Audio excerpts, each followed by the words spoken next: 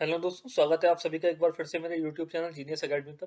दोस्तों, आज हम बात करने जा रहे हैं फाइनेंस मिनिस्टर निर्मला सीतारमण जी के द्वारा दिए गए बजट भाषण पर।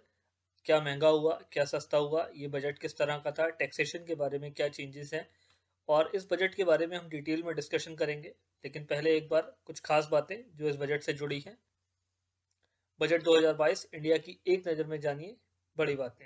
नंबर 1, 60 लाख नई नौकरियां मिलेंगी, 30 लाख अतिरिक्त नौकरी देने की क्षमता, LIC का IPO जल्द, 3 वर्ष में 400 वंदे भारत ट्रेन चलेंगी, ऑर्गेनिक खेती करने वालों को प्रोत्साहन, वन क्लास वन चैनल के जरिए शिक्षा, इसी साल 5G सेवा, गांव को ब्रॉडबैंड से जोड़ने का वादा, ई चिप वाले पासपोर्ट मिलेंगे, पोस्ट ऑफिसों को कोर बैंकिंग सिस्टम से जोड़ा जाएगा, RBI एक डिजिटल करेंसी लेके आएगा। अब जानते हैं इस बजट में क्या सस्ता हुआ और क्या महंगा हुआ। बजट 2022 जानिए क्या सस्ती हुई और क्या हुई महंगी। ये चीजें सस्ती हुई जैसे कपड़ा, चमड़े का सामान, मोबाइल फोन चार्जर, जूते, रत्न पत्थर और हीरे के गहने, आर्टिफिशियल ज्वेलरी, पेट्रोलियम प्रोडक्ट के लिए जरूरी रसायनों पर कस्टम ड्यूटी। वहीं स्टील स्क्रैप पर कंसेशनल कस्टम ड्यूटी को 1 साल के लिए बढ़ाया गया। मेथनॉल के साथ कुछ रसायनों पर कस्टम ड्यूटी कम की गई। जानिए क्या महंगा हुआ इस बजट में। तो सभी इंपोर्टेड सामान और छातों पर ड्यूटी को बढ़ाकर 20% कर दिया गया। ये महंगे हुए।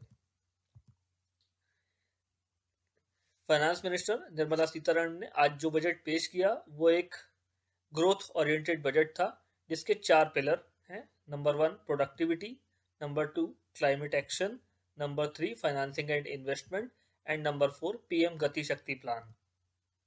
The budget stepped up to the capital expenditure sharply by 35.4% to 7.5 lakh crore to attract more private investment and attract growth। जो बजट था वो फोकस था इन्वेस्टमेंट और ग्रोथ पर। The budget announcement delight experts as they believe emphasis on infrastructure and capex expansion in the way to go forward। जहां budget में 1 लाख करोड़ रुपए का स्टेट्स को इंटरेस्ट फ्री लोन देने का वादा किया गया, जो लोन अगले 50 साल में रीपेबल होगा। और ये जो लोन है ये एक्सपेंशन के लिए है, कैपिटल एक्सपेंडिचर के लिए। टैक्स को लेके क्या बोली फाइनेंस मिनिस्टर, आइए देखते हैं। कोऑपरेटिव टैक्स को 18% से घटाकर 15% किया गया। वहीं इस पर लगने वाले सरचार्ज को 12% से घटाकर 7% किया गया। कोऑपरेटिव टैक्स की सीमा को बढ़ा के 10 करोड़ रुपए किया गया। ITR में गड़बड़ी सुधारने के लिए 2 साल का वक्त मिलेगा। पेंशन में भी टैक्स पे छूट। क्रिप्टो करेंसी से होने वाली आय पर 30% कर। अभी क्रिप्टो करेंसी से जुड़े रेगुलेशंस नहीं आए हैं, लेकिन उससे पहले टैक्सेशन को अनाउंस कर दिया गया है। लेकिन FM ने डायरेक्ट क्रिप्टो करेंसी वर्ड ना यूज करते हुए डिजिटल करेंसी या डिजिटल मनी वर्ड के साथ इसको डिफाइन किया और इस पर 30% टैक्स की बात की। बजट 2022 केंद्रीय बजट 2022 में इनकम टैक्स स्लैब में कोई फेरबदल नहीं किया गया। यह पहले की तरह चलता रहेगा, जबकि मोदी सरकार ने कोऑपरेटिव टैक्स को घटाने के साथ उस पर लगने वाला सरचार्ज कम किया। मंगलवार 1 फरवरी 2022 को संसद में 90 मिनट के अपने बजट भाषण में वित्त मंत्री निर्मला सीतारमण ने यह भी बताया कि पेंशन पर लगने वाले टैक्स में कर्मचारियों को छूट दी जाएगी, जहां क्रिप्टो करेंसी से होने वाली आय पर 30% टैक्स चुकाना होगा। वहीं भारतीय रिजर्व बैंक एक नई डिजिटल करेंसी लेकर आएगा। बजट 2022 को FM ने 25 सालों का ब्लूप्रिंट बताया और इसे अमृत काल का बजट कहा। यह बजट अमृत काल के अगले 25 सालों का ब्लूप्रिंट होगा। निर्मला सीतारमण। 5 राज्यों के विधानसभा चुनाव से पहले बजट में सीतारमण ने यह कहा, यह बजट अमृत काल के अगले 25 सालों का ब्लूप्रिंट है। 60 लाख नई नौकरियों का सृजन होगा। अगले 3 साल में 400 नई जनरेशन की वंदे भारत ट्रेन लाई जाएंगी। अगले 3 सालों में 100 PM गति शक्ति कार्गो टर्मिनल विकसित होंगे। साथ ही ई चिप लगे पासपोर्ट इसी साल आएंगे। पोस्ट ऑफिस यानी डाकघरों को कोर बैंकिंग सिस्टम से लैस किया जाएगा। 5G सेवा इसी साल आएगी और गांव को ब्रॉडबैंड से जोड़ा जाएगा। बजट 2022 वित्त मंत्री ने श्लोक के जरिए रखी अपनी बात। इनकम टैक्स स्लैब में छूट का इंतजार करने वालों को निराशा होने पर वित्त मंत्री ने महाभारत का एक श्लोक सुनाकर समझाया कि ऐसा क्यों किया गया।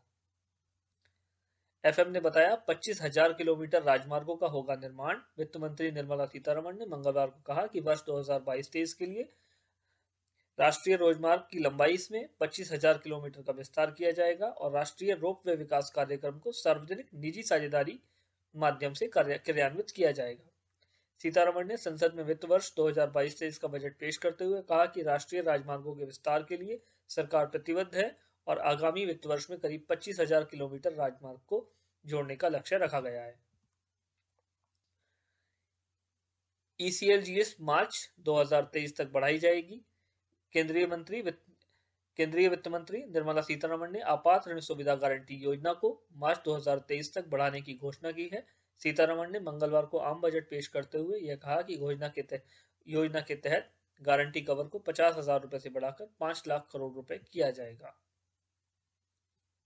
5G स्पेक्ट्रम को नीलामी अगले वर्ष में।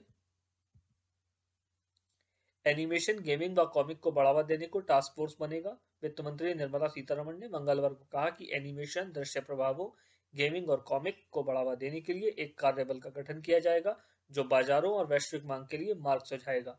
सीतारमण ने लोकसभा में अपने बजट भाषण में यह भी कहा कि राज्यों का सूचना प्रौद्योगिकी आधारित भूमि दस्तावेज प्रबंधन के लिए विशिष्ट भूमि पार्सल पहचान संख्या अपनाने के लिए प्रोत्साहित किया जाएगा।